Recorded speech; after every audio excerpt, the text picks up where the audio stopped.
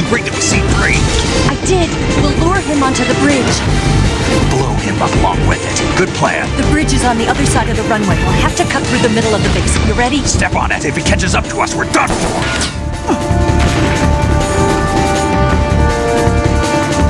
Okay, here we go!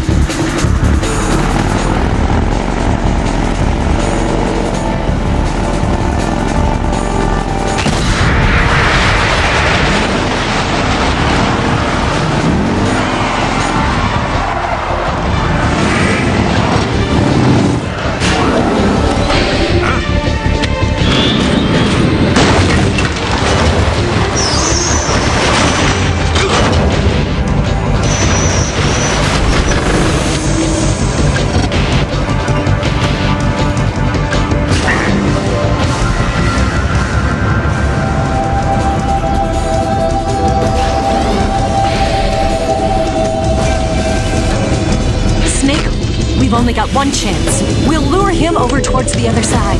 When the Shagohod is on the bridge, shoot the explosives. The bomb is planted on the strut of the bridge.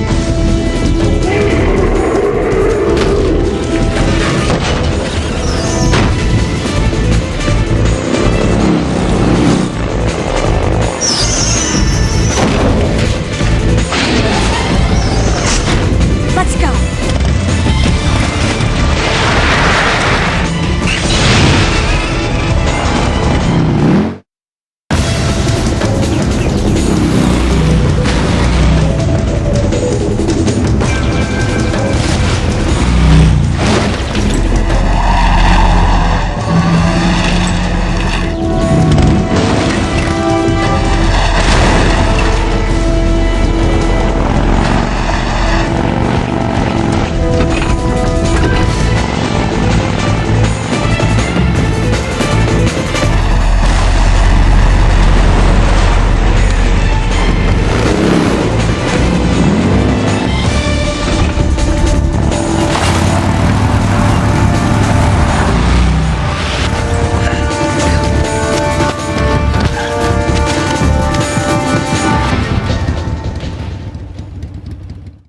I planted 2 C3 charges. A little more to the left. Up! A little more to the left. Only 1 more left. The Shagohod's not here yet. Let it come closer. It's still too early. It's here!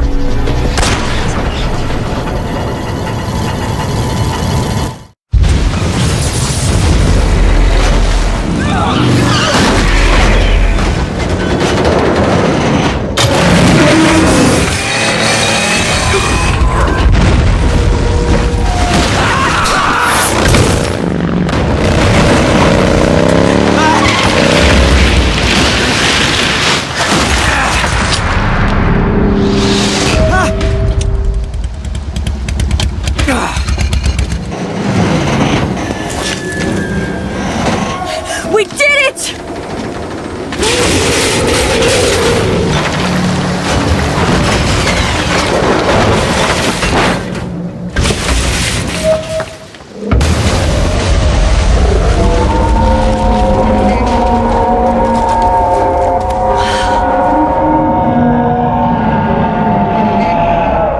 It's over.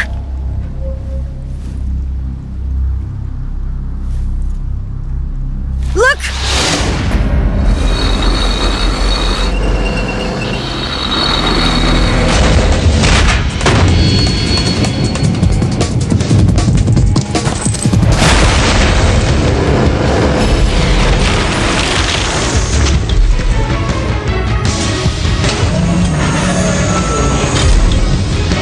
I'm not finished yet!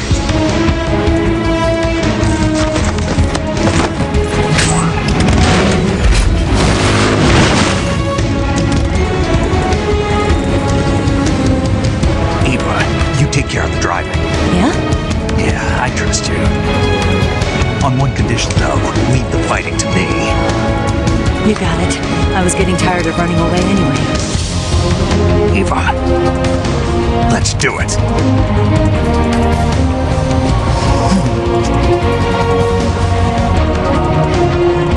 For luck.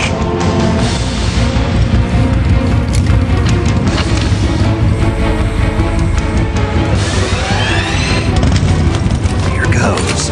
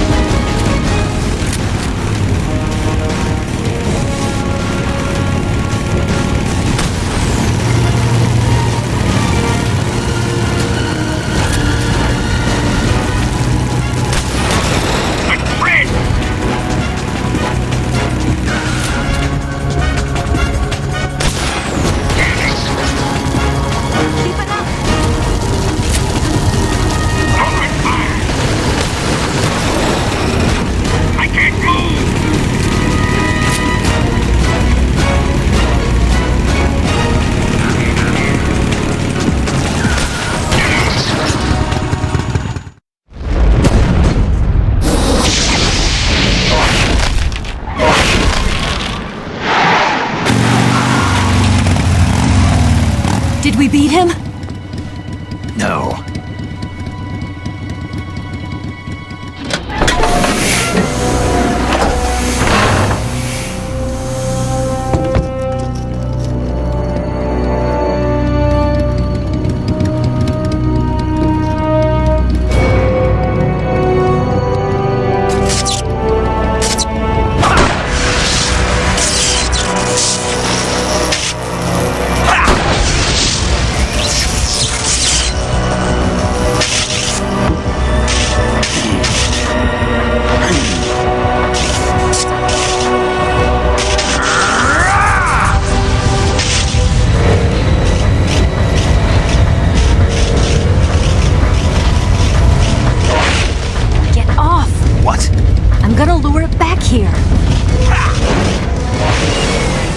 Yourself as bait? Are you insane? I'm used to this guy. I know how to handle him.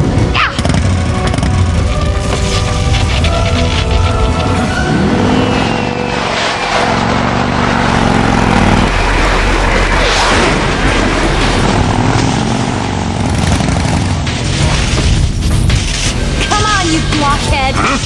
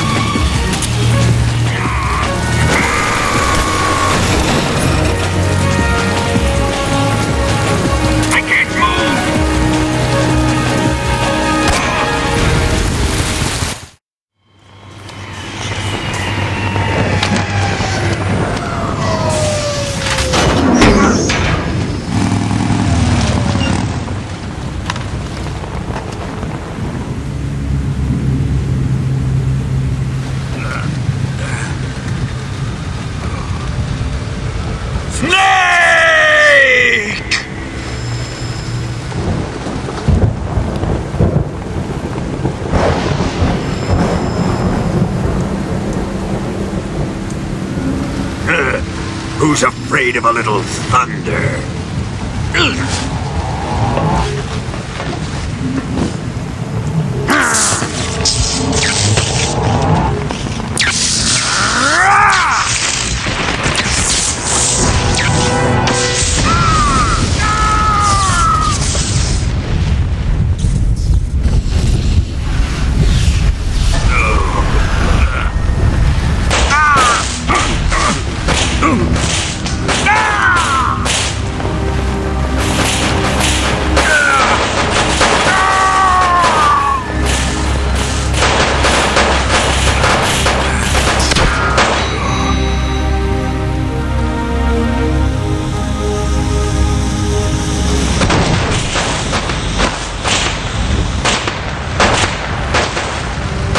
Fried by a bolt of lightning. A fitting end. It's finally over.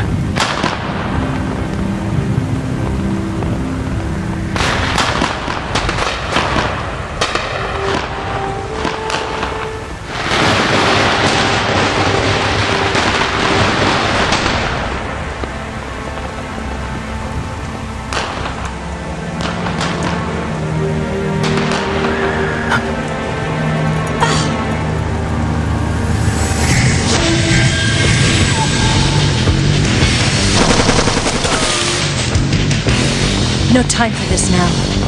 The escape craft is just up ahead.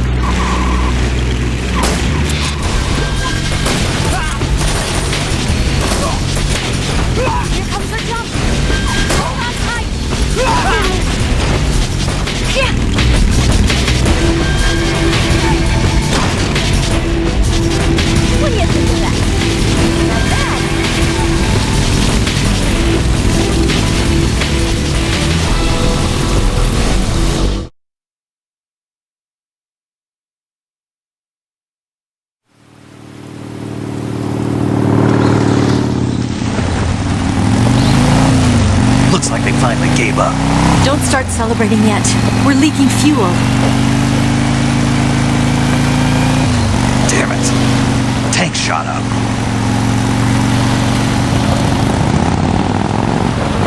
Crap.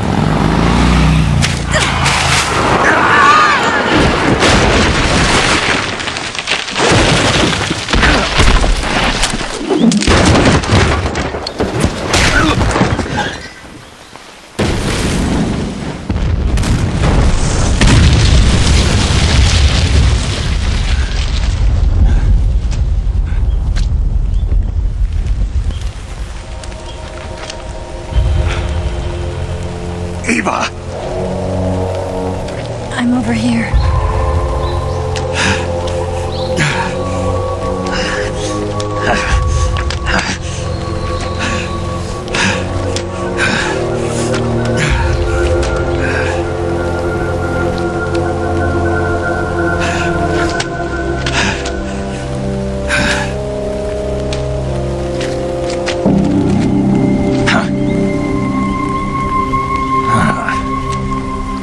Snake.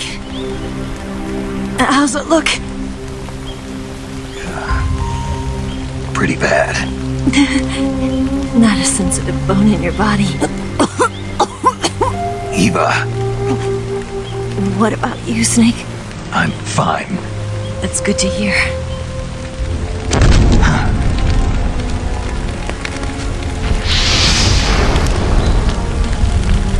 We have to get away from here, Eva. Let's go.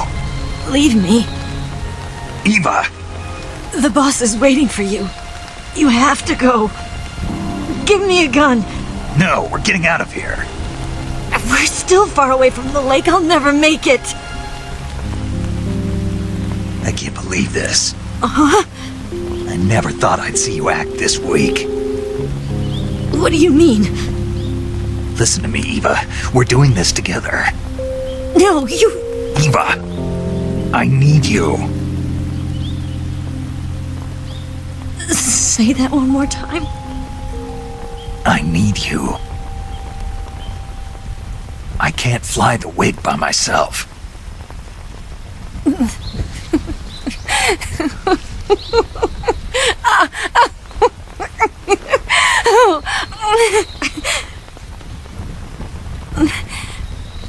All right, then. I guess I'd better help you out.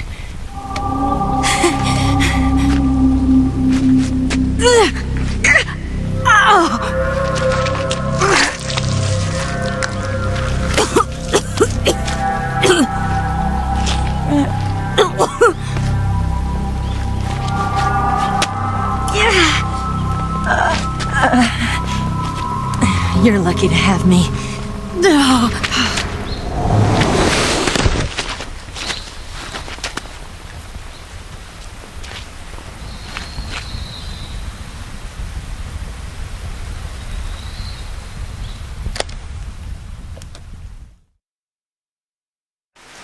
Snake, can you hear me? Paramedic. Thank God. Eva's been seriously hurt. So have you. Luckily, I think her organs are all intact, but... Calm down, Snake. Calm down. You'll both be fine as long as you get the proper emergency treatment. But you're the only one who can do this. Understand? So you've got to calm down. Right. Okay. Okay. Now let's open up the survival viewer and treat the injury. Do you have supplies with you? I'm running kind of short. Then by switching the survival viewer over to Eva, you can treat her wounds too. Now get to work. Oh, and Snake, I'm pretty sure you know this already, but if you don't have enough supplies for the both of you, your wounds come first. Huh? Do you get my meaning, Snake? You've still got a mission to complete. Yeah. I know what I have to do. Snake? Like this.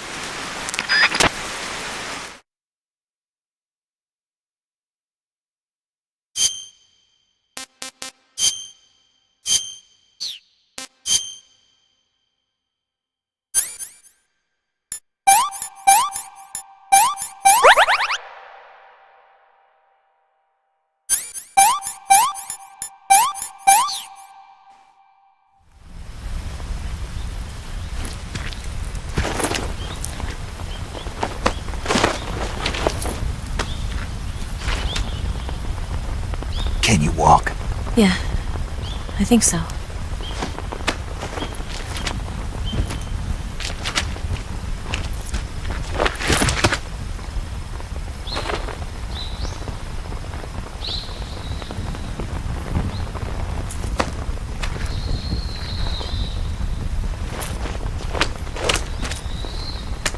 Here. It's different from the Mauser. When you're using a two-hand grip, you have to be careful where you put your hands or your fingers will get burned by the exhaust gas from the cylinder gap.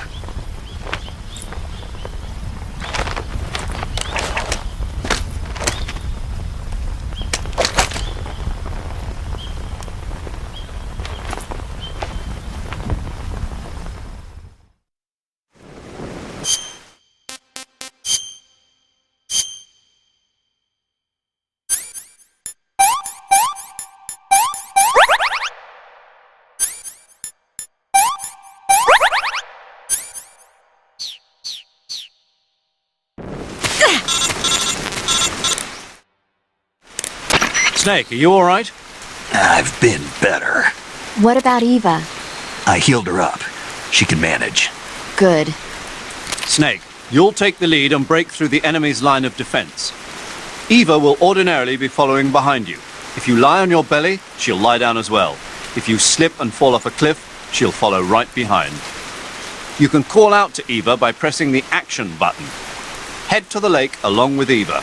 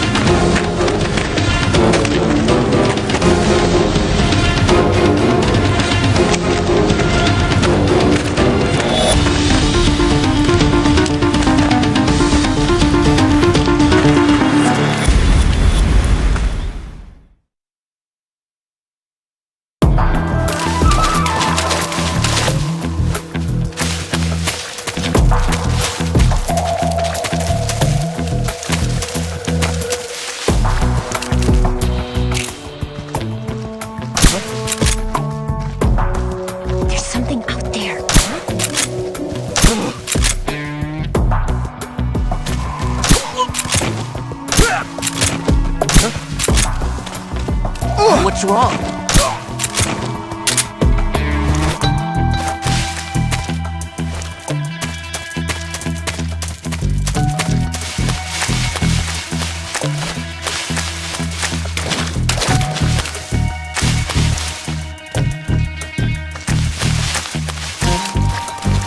Got hostiles.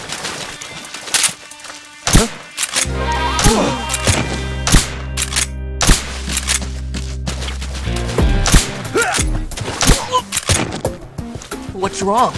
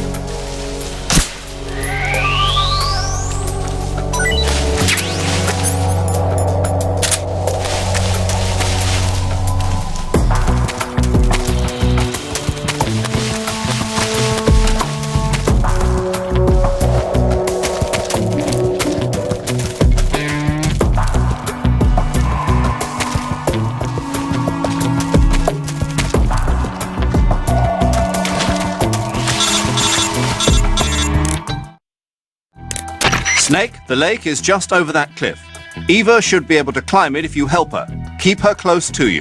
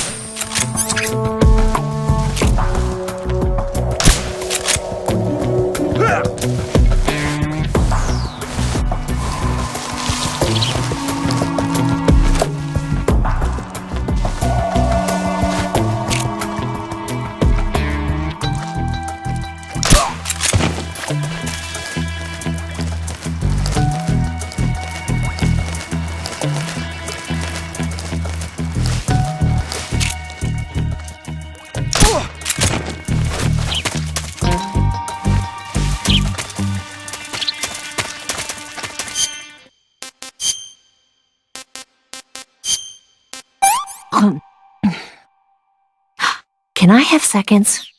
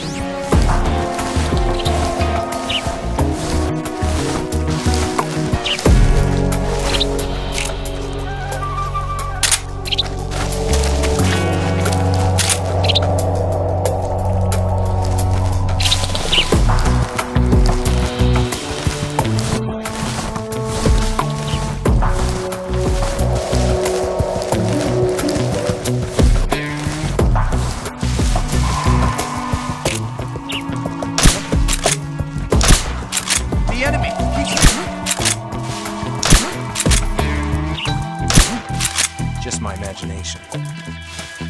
What's wrong? What's wrong?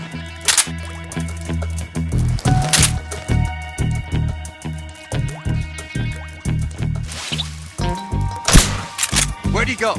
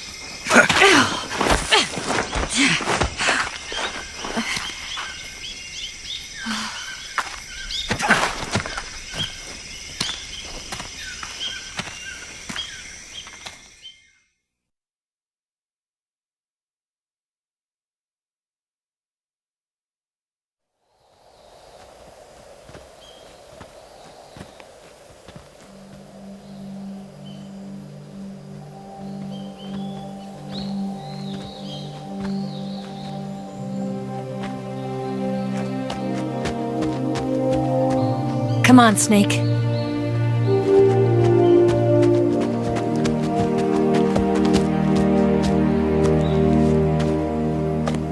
We made it. We made it. Over there.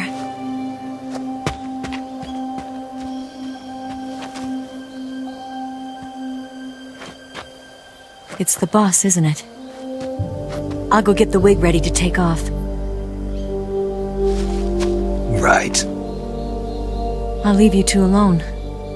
But come back in one piece, okay?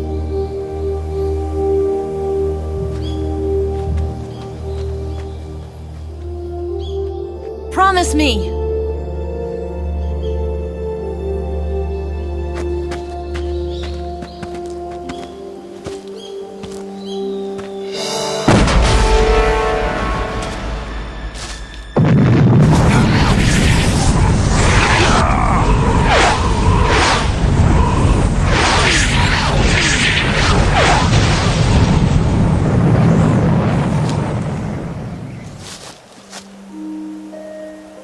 Life's end.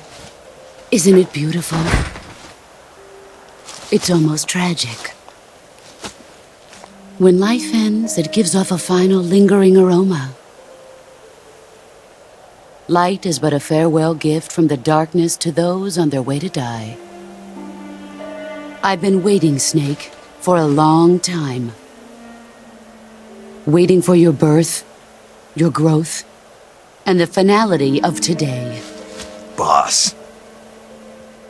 Why are you doing this? Why? To make the world one again. The world used to be whole. But with the end of the Second World War, the philosophers began to fight amongst themselves, and the world was torn apart.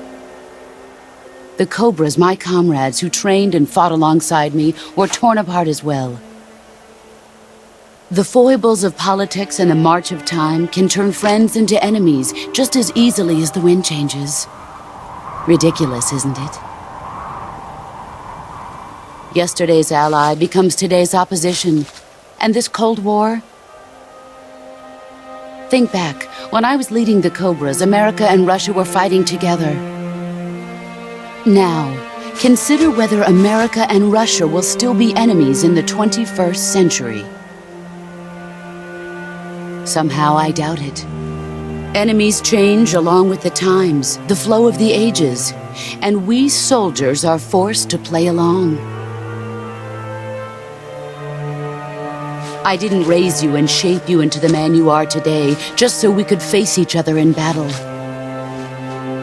A soldier's skills aren't meant to be used to hurt friends. So then what is an enemy?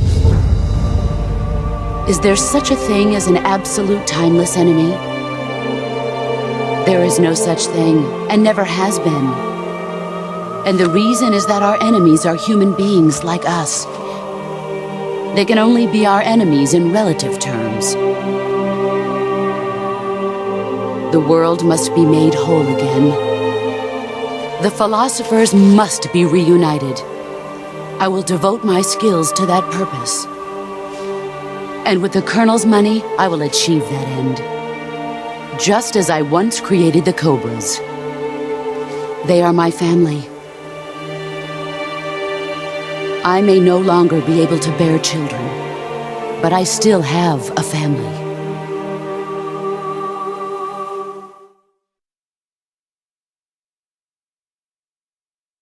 It was November 1st, 1951. I was in the Nevada desert participating in atomic testing. The name Nevada is derived from Spanish, covered in snow, white as snow. And snow is exactly what I saw in that Nevada desert. It froze my blood white. Snake, you were an atomic test subject, weren't you? On Bikini Atoll. That's part of the reason I was drawn to you. You and I are alike. We're both slowly being eaten away by the karma of others. we'll never have the chance to die peacefully of old age. We have no tomorrow. But we can still have hope for the future. In 1960, I saw a vision of the ideal future from space. 3 years earlier, the Soviet Union had succeeded in launching Sputnik, the first man-made satellite in history, into orbit. This came as a huge shock to the United States. In response, America threw everything it had into its own manned spaceflight project, the Mercury program. Even as the Soviets seemed poised to send their first man into space, America was still experimenting with chimpanzees and rockets. The government wanted human data, so they secretly decided to send a human being into space. I was the one they chose. At the time, they didn't have the technology to block out cosmic rays, and whoever they sent up would inevitably be exposed to heavy radiation. That's why they chose me. After all, I'd already been irradiated once. Of course, you won't find any of this in the history books. I could see the planet as it appeared from space. That's when it finally hit me. Space exploration is nothing but another game in the power struggle between the US and the USSR. Politics, economics, the arms race, they're all just arenas for meaningless competition. I'm sure you can see that, but the Earth itself has no boundaries. No East, no West, no Cold War. And the irony of it is, the United States and the Soviet Union are spending billions on their space programs and the missile race, only to arrive at the same conclusion. In the 21st century, everyone will be able to see that we are all just inhabitants of a little celestial body called Earth. A world without communism or capitalism, that is the world I wanted to see. But reality continued to betray me. In 1961, I was sent to Cuba, to Bahia de Cochinos. It was part of a CIA-sponsored invasion under the guise of taking Cuban exiles back to their country. But the US government betrayed them. Our weak-kneed president held back their air support. Defenseless, the exiles were annihilated by the Cuban army. All I could do was watch in silence. I was set up by the very country I'd sacrificed so much for, by the very government I dedicated my life to defending. I was driven from the surface world, and I went underground. Then, 2 years ago, I faced the Sorrow, my old comrade in battle. He was my friend. But one of us had to die. I was left with no choice. The Sorrow gave his life for me. There is no enmity between us. One must live, and one must die. That was the mission. The ones who gave me that mission were the philosophers.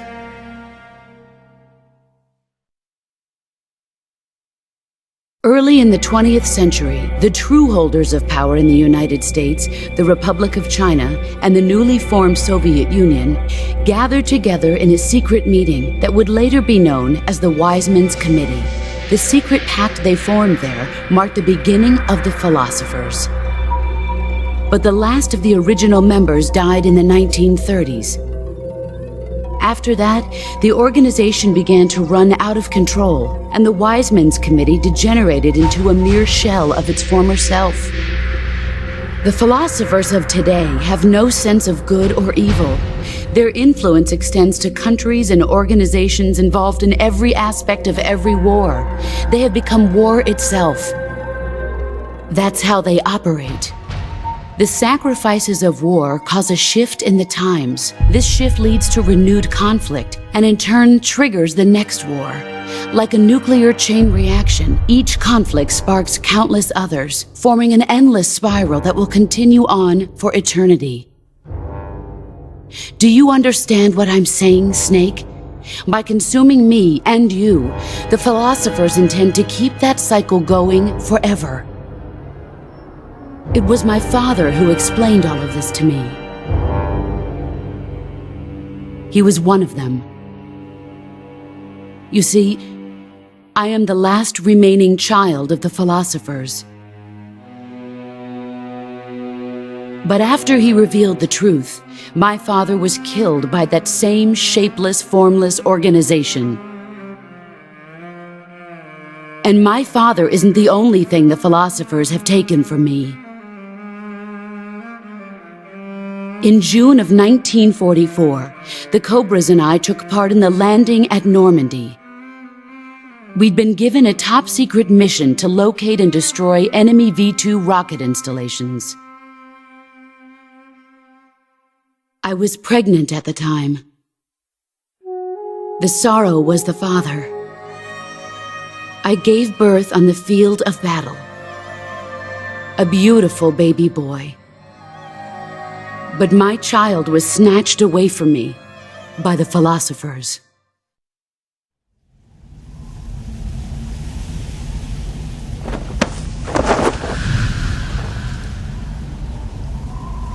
Look at this scar. This is proof that I was once a mother. I gave up my body and my child for my country. There is nothing left inside me now. Nothing at all. No hatred, not even regret. And yet sometimes at night, I can still feel the pain creeping up inside me, slithering through my body like a snake.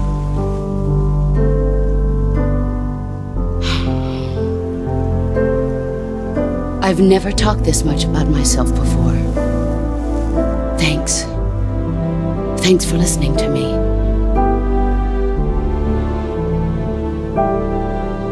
I feel content. Snake, commence the operation. I raised you. I loved you. I've given you weapons, taught you techniques, endowed you with knowledge. There is nothing more for me to give you. All that's left for you to take is my life, by your own hand. One must die, and one must live. No victory, no defeat. The survivor will carry on the fight. It is our destiny. The one who survives will inherit the title of boss. And the one who inherits the title of boss will face an existence of endless battle. I'll give you 10 minutes. In 10 minutes, MiGs will come and bomb the hell out of this place. If you can beat me in less than 10 minutes, you'll be able to escape in time. Let's make this the greatest 10 minutes of our lives, Jack. Boss. You're a soldier. Finish your mission. Prove your loyalty. Face me.